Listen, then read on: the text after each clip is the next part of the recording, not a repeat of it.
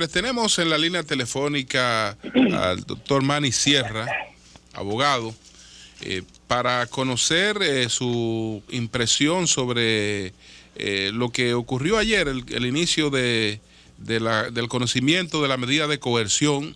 Buenos días, Manny. Gracias, muy buenos días a todos ustedes. Gracias al país. Manny, ¿qué tan importante es el hecho de que las personas que iban a ser objeto del conocimiento de una medida de coerción no fueran notificadas? ¿Y quién debía hacer esta notificación, el tribunal o el Ministerio Público? Mira, es casi usual que en este tramo del proceso, quien generalmente notifica las partes del proceso es el tribunal. Una vez que se convoca a la audiencia, la secretaria lo notifica. Ciertamente el código dice que debía de notificarlo el Ministerio Público, pero en el caso nuestro se ha hecho una práctica de que la secretaria lo notifique de una u otra forma. Lo que el juez no puede conocerlo, y es lo importante, es que a esas personas o a los imputados no se le haya notificado esos documentos. En ese momento bastaba con que se aplazase la audiencia para notificarle a las partes, y a partir de ahí, entonces ya las partes con mayores elementos de juicio podían hacer los requerimientos de manera procesal y de manera constitucional que entendiesen adecuado. Pero no creo que sea una cosa que lastime, digamos, de manera tan profundamente los mecanismos de derechos de defensa y el debido proceso, porque lo que el juez le debe procurar y garantizar a los imputados es que oportunamente ellos tengan todo eso para que se puedan defender adecuadamente en el proceso, que de hecho es una audiencia muy sencilla. Lo que habría que verificar en ese tramo es si existen o no violaciones a derechos fundamentales que el juez, como guardián de las garantías, está obligado a proteger y a garantizar. Oli. Sí, Manny, la orden de arresto describe la violación de varias leyes, la Constitución, la ley de lavado, el Código Penal. Nosotros hemos tenido una discusión porque la orden de arresto quien la emite es el juez.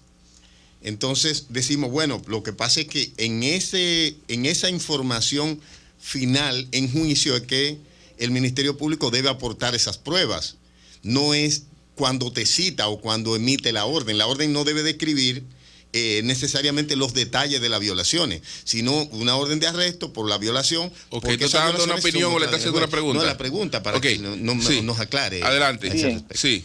Es que todo se genera a partir de que a ellos les notifiquen todo ese proceso. Eso es factible discutirlo, pero una vez que el juez ponga todas las partes en condiciones, tiene lo que bastaba anoche, que el juez ordenara la notificación de todas esas cosas, y entonces a partir de ahí, previo a conocer la medida de coerción, las partes pueden presentar todos esos requerimientos, inclusive la discusión de unas imputaciones de leyes especiales y de leyes generales que no pueden ir de manera concatenada. O sea, eso implica una violación flagrante y vulgar a la formulación precisa de cargos, porque el imputado en ese tramo, no está, digamos, adecuadamente, en condiciones adecuadas para defenderse de uno y otro.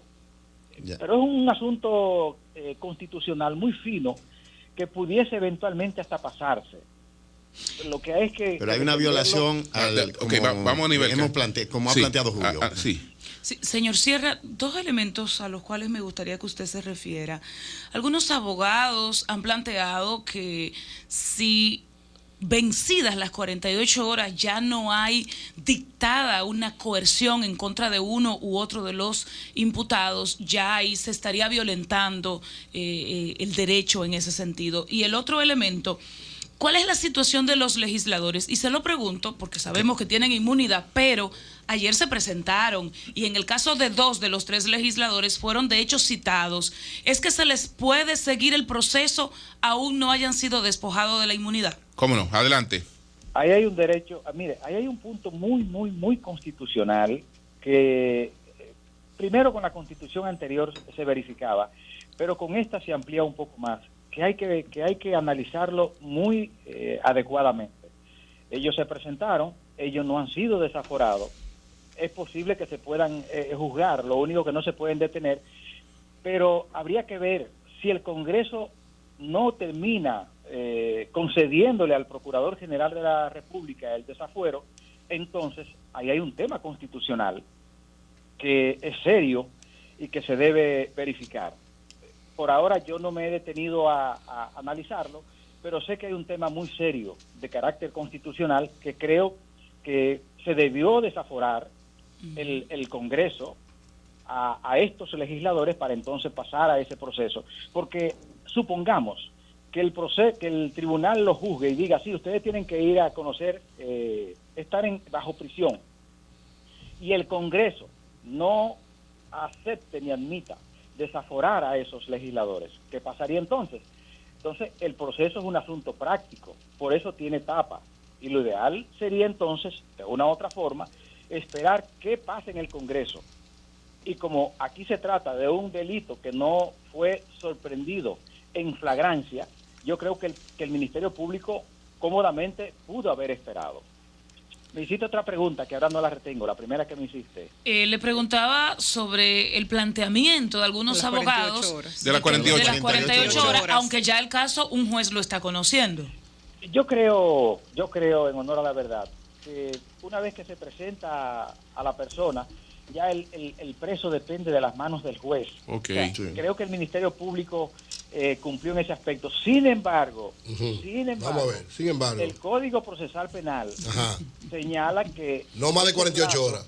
Debía ser antes de las 48 Exacto. horas. Y fíjense que este es un derecho pro homine. Ahora, el Manny, beneficio del hombre. Marilena. Por vía de consecuencia. Sí. Sobre eso, la Constitución lo que plantea, Constitución lo que plantea es que no puede ser más allá de las 48 horas. Manny, pero entonces, en caso de esas 24 son favorables al imputado, y ese es otro tema constitucional. No necesariamente tiene que ser en las 48 horas. Las 24 horas son para favorecer al que está bajo caución. Ok, pero Manny, supongamos que tampoco decida hoy Francisco Ortega, ni mañana, ni pasado, que siga habiendo conflictos.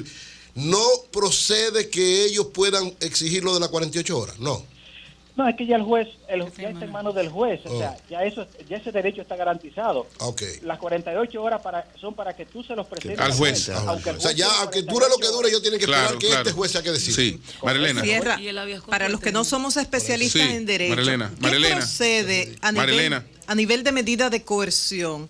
Lo máximo, en caso de que sea aceptado, que es un caso complejo, como solicitó el Ministerio Público, de 18 meses, o como algunos dicen, tienen arraigo, no hay peligro de fuga, no hay peligro de que alteren evidencias, y arresto domiciliario, o libertad, o presentación periódica. ¿Qué procede en estos casos? Ya ese es un terreno propiamente del juez. Pero tu opinión. El juez es el que decide la medida que finalmente ponga, porque el juez ahora va a valorar si esas personas constituyen básicamente un peligro de fuga, si esas personas pueden trastornar el arsenal probatorio, y en el caso nuestro me parece que no es posible porque la mayoría de pruebas no están en el plano local, o si esas personas pueden ser objeto de un atentado, o si esas personas pueden atentar en contra del proceso en sí, es decir, si las personas van a frustrar el proceso. Sí. Ahora, aquí hay otro tema mucho más interesante que nadie se ha interesado en él. ¿Cuál? Que es que el código plantea que la primera disposición son 3 meses, no 18 meses. ¿La primera disposición? 3 meses. Que plantea el código es que la medida de coerción, la natural, la común, es de 3 meses. O sea, el fiscal... Pero no se pide un año con frecuencia también en muchísimos otros casos. Es un caso complejo. No, el fiscal no puede disculpe, pedir. se pide un año. Perdón, que el fiscal... Señor, estamos escuchémoslo. El fiscal no puede pedir de entrada los 18 meses. El fiscal puede pedir 3 o puede pedir el año, puede pedir los 8 meses, pero no 18, porque estaría violando el propio Procurador General de la República el Código Procesal Penal. ¿Por qué 18 meses? Además de eso, hay otro punto que hay que aclarar. ¿Cuántos procesos tiene Odebrecht en la República Dominicana? ¿Y cuál es el que está declarado complejo? Porque hay un proceso que el juez Alejandro Vargas, en la primera resolución que emitió, declaró complejo el proceso Odebrecht en la República Dominicana. Y no hay otro proceso Odebrecht en la República Dominicana. Hay otros elementos. Por ejemplo, no hay una legislación en el país que diga por qué un senador tiene que arrastrar a personas que no estuvieron en el momento, ni complotaron, ni formaron una asociación para que sean arrastrados a la Suprema Corte de Justicia. Yo emplazo a cualquier abogado del país o a cualquier ciudadano que me diga qué texto establece en la República Dominicana que tú puedes ir mancomunado con un senador de la República Dominicana. El principio de legalidad en ese aspecto, que nadie lo ha discutido, debía imponerse. O sea, hay muchas cosas que yo creo que son las que adecuadamente se deben discutir. Me parece a mí, humildemente, que los abogados en este momento se han ido por la tangente y han olvidado un poco los elementos mucho más fundamentales en el proceso, que deben ser garantizados, que yo creo que el Ministerio Público de una u otra forma no ha cumplido, incluyendo el propio auto que emitió el juez de la instrucción, que adolece de motivación, y la Constitución plantea que una de las cosas que debe emitir el juez es que la decisión que produzca tiene que ser debidamente motivada. Claro. Y ese auto que emitió el juez de la instrucción adolece de motivaciones serias. Y eso es un punto que ciertamente tú pudiese encaminarlo por la vía de la refrendación de los derechos constitucionales, y las partes tampoco lo han hecho. Bueno, pues muchas gracias a Manny Sierra. Así pues continuaremos con otras opiniones especializadas. Gracias, Manny. Gracias a ustedes. Bien, cambio y fuera.